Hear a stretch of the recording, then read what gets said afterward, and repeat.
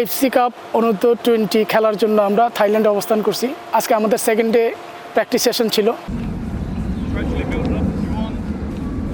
Second day practice সেশনে আমরা passing practice করেছি, আমরা গেম যেভাবে স্টাইল অফ প্লে খেলবো আমরা ওইভাবে প্র্যাকটিস করেছি। খেলার মধ্যে আমরা সামনে কিভাবে আগাবো সেইভাবে চিন্তা করে আমাদের কোচ ওই প্ল্যান সাজিয়েছে।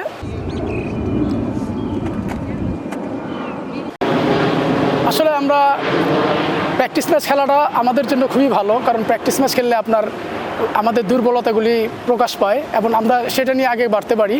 আমরা ইন্ডিয়ার সাথে ম্যাচ খেলবো, প্রথম প্র্যাকটিস ম্যাচটা সামনে রেখে আমাদের কোচ প্ল্যান সাজিয়েছে। আমরা ডে বাই ডে যেন আগে বাড়তে পারি সেই হিসাব করে আমাদের প্র্যাকটিস সেশনটা সাজিয়েছে।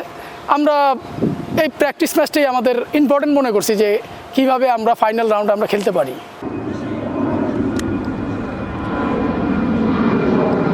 আমাদের দলে মেজর কোনো ইনজুর নাই, একটু থাকে, সেটা ঠান্ডাজনিত কারণ আছে, একটু জ্বর আছে দু একজনের।